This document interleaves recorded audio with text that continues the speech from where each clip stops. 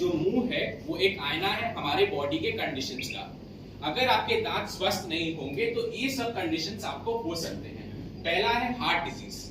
आपके मुंह में अगर बैक्टीरिया हो तो आपके चांसेस ज्यादा होते हैं कि आपको हार्ट की बीमारी हो सकती है। दूसरा, माउथ कैंसर। अगर आपको पता है किसी जगह बार बार कट रहा है लेकिन मैं डेंटिस्ट के पास नहीं जा रहा हूँ, लेकिन वो अपने आप आराम हो जाएगा, वो बार बार धीरे धीरे जीभ पे कट कट के वो एक घाव बन के कैंसर का रूप भी ले सकता है।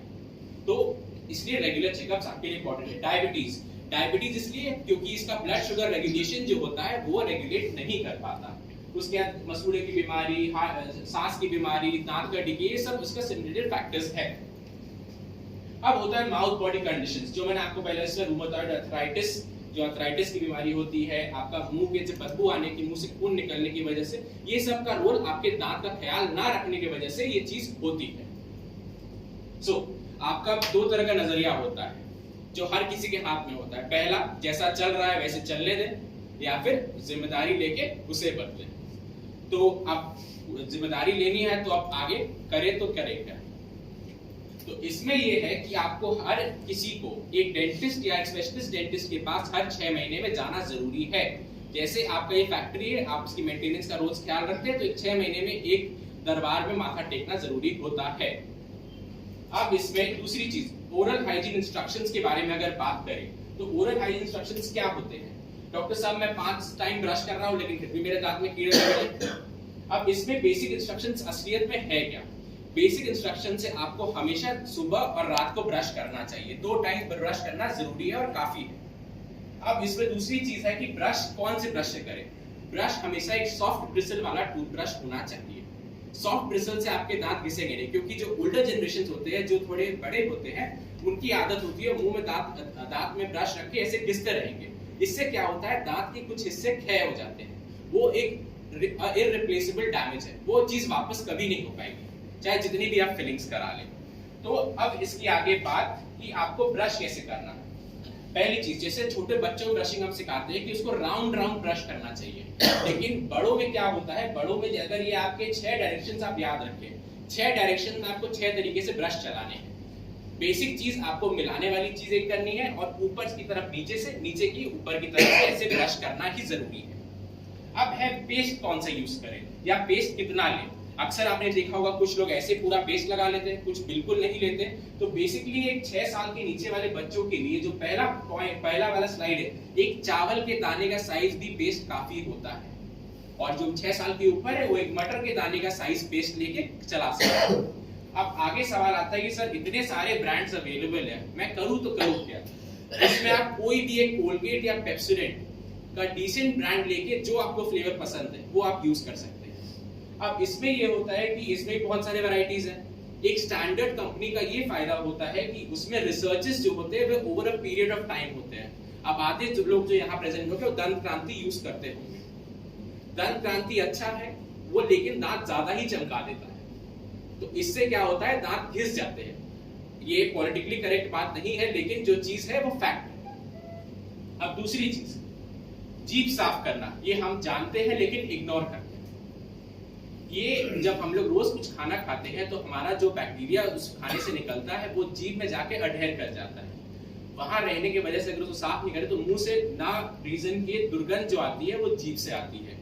तो मुंह का म्यूकोजा या मुंह का जीभ से साफ करना बहुत जरूरी है। अब एक ओल्डर जनरेशन के लिए बहुत बड़ी एडवाइस, गर्म पानी से नमक देके कुल्ला। ये मुंह का पूरा ओवरऑल कंडीशन हेल्दी रखता है। तो ये करने से बाकी और भी फायदे हैं, गले की खराश, कफ या फिर दांत का, मसूड़े का इन्फेक्शन, हल्का फुल्का सांस की दिक्कत, ये सब आराम करता है। तो ये इसके बाकी साइड बेनिफिट्स हैं। अब आते हैं दांत पे। अगर आप देखिए दांत को मैं अगर 3 हिस्से में बांटूं, पहला वाला जो व्हाइट हिस्सा है उसके अंदर होता है एक थोड़ा ग्रे वाला जिसको डेंटिन बोलते हैं, और इसमें जो दिख रहा है वो पल्प, जो मेन दांत की नस सप्लाई है। अब आपको कैसे पता चलेगा कि आपके दांत खराब है या दांत में कोई दिक्कत है? तो पहली चीज, कुछ बहुत ज्यादा ठंडा खाने से आपको कनकनी लग रही हो, या फिर आपको दांत में बहुत ज्यादा दर्द हो, या फिर आपके मुंह से खून आ रहा हो। इन तीनों में से कोई ना कोई एक चीज होएगी, या पर्टिकुलरली कम एज में आपको कहीं एक जगह में बार बार खाना फंस रहा हो। तो ये बेसिक चीजें हैं। तो ये जो हिस्सा है ऊपर से लेकर, तो ये धीरे धीरे टूट के नस तक पहुंचता है, तब आपको दर्द की अनुभूति होती है। अब देखते हैं स्टेजेस ऑफ टूथ डिके। आप बोलते डॉक्टर साहब दांत में कीड़ा तो बहुत टाइम से, दर्द तो कभी नहीं हुआ, तो मैं इसका इलाज कराऊं क्यों? अब देखिए इसका एक पैटर्न होता है।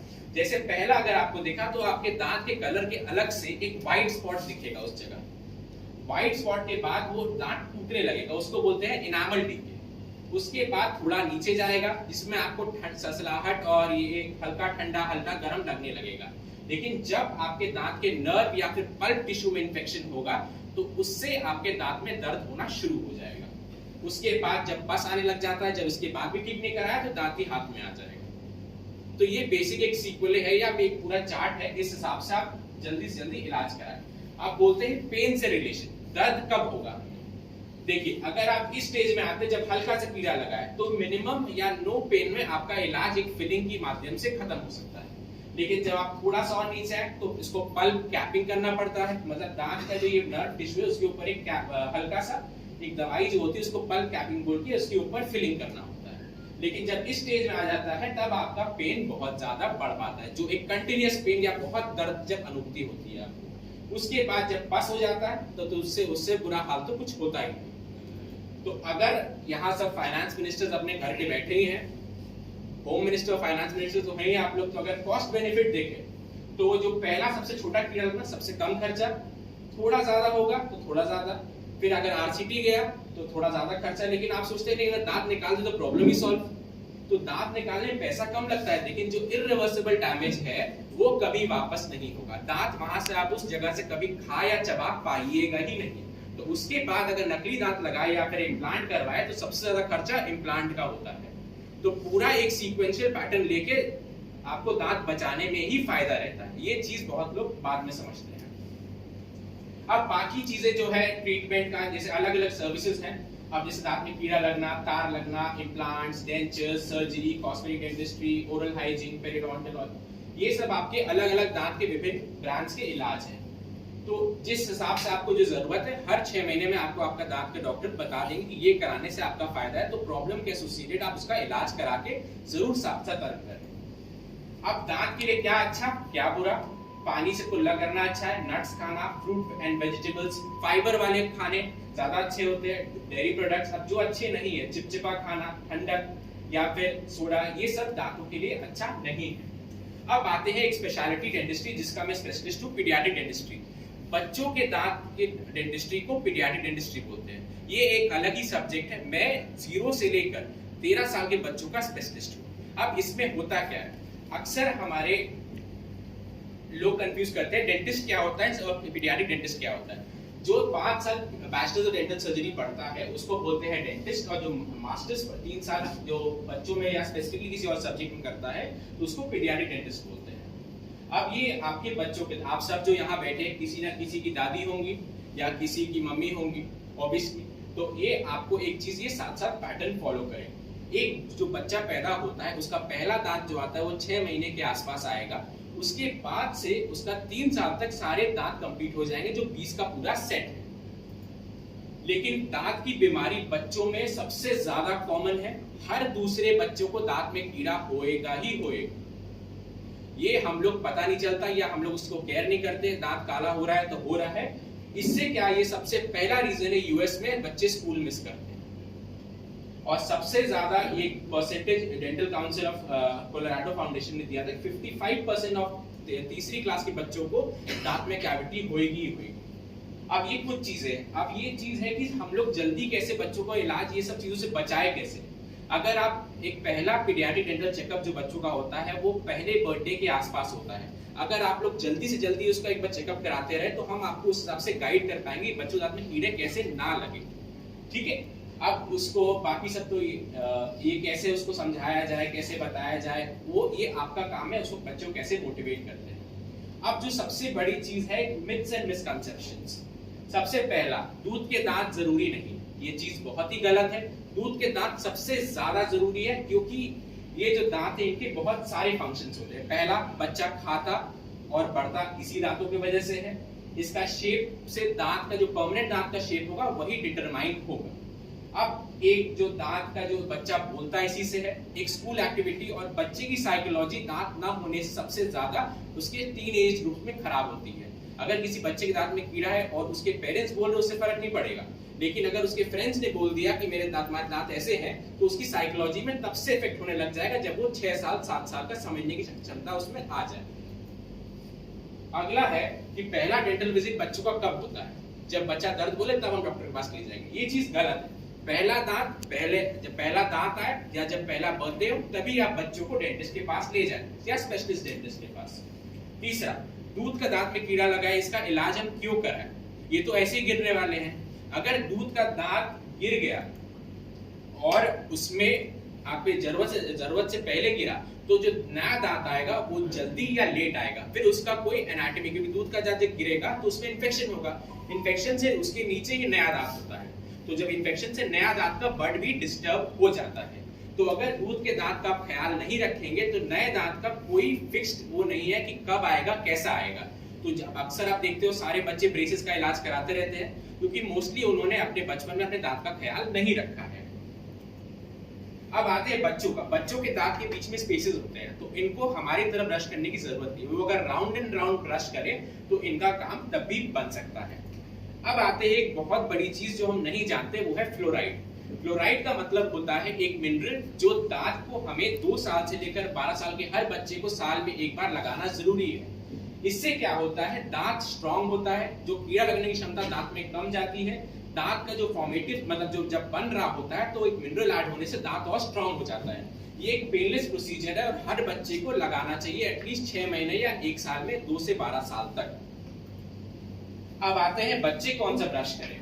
जब 0 से 6 मंथ के बच्चे जब नए पैदा होते हैं तो जो पहला दांत आता है तो उसके बाद उनको एक फिंगर ब्रश यूज करना चाहिए। फिंगर ब्रश यूज करने से उसके जो एक दांत है उसमें ना स्ट्रेस भी नहीं पड़ेगा और वो आराम से साफ भी हो जाएगा। उसके बाद एक्स्ट्रा सॉफ्ट इलेक्ट्रिक, आपको जो ऑप्शन आपके बच्चे को सूट करे वो आप यूज कर सकते हैं। अब बच्चे को कौन सा टूथपेस्ट यूज करना चाहिए? बच्चों के 2 तरह के टूथपेस्ट होते हैं, पहला है फ्लोरिडेटेड, दूसरा है नॉन फ्लोरिडेटेड। तो अगर फ्लोरिडेटेड टूथपेस्ट आप यूज करते हैं तो 2 साल के बाद, क्योंकि फ्लोराइड बच्चे खा नहीं सकते, इससे खाने से उनको पेट में दर्द होगा, तो 2 साल से बड़े बच्चों से लेकर 12 साल तक इनको फ्लोराइड टूथपेस्ट यूज करना चाहिए। अब अगर इनमें से कोई पिक्चर अगर आप देख रहे हैं और अगर आपके बच्चों में ऐसा कुछ प्रॉब्लम है तो आप डेंटिस्ट को जल्द से जल्द कंसल्ट करें। अब एक और चीज जो हम अक्सर नजरअंदाज कर रहे हैं कि आपके बच्चों के दांत बाहर है, या आपके बच्चों में मुंह खोल के सोने की बीमारी है, या आपके बच्चों में अंगूठा चूसता है, नाखून काटता है, तो ये सब चीज बाद में उसको ओरल हेल्थ को कॉम्प्रोमाइज करेगा। ये चीज जल्द से जल्द छुड़वानी चाहिए। एक उम्र तक ही ये ठीक लगती है, उसके बाद आपके ये जो पूरा जो मुंह का शेप है वो बदल जाता है सिर्फ इन आदतों के वजह से।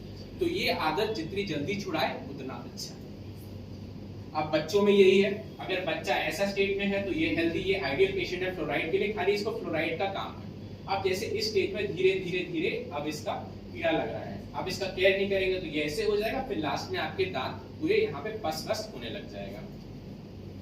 अब सबसे बड़ी चीज, consequences of untreated dental caries, मतलब दांत में कीड़ा लगने का क्या करें। बच्चे स्कूल छोड़ेंगे, उनकी क्वालिटी जो है या जीवन का जो क्वालिटी है वो ऑलरेडी कम जाएगा।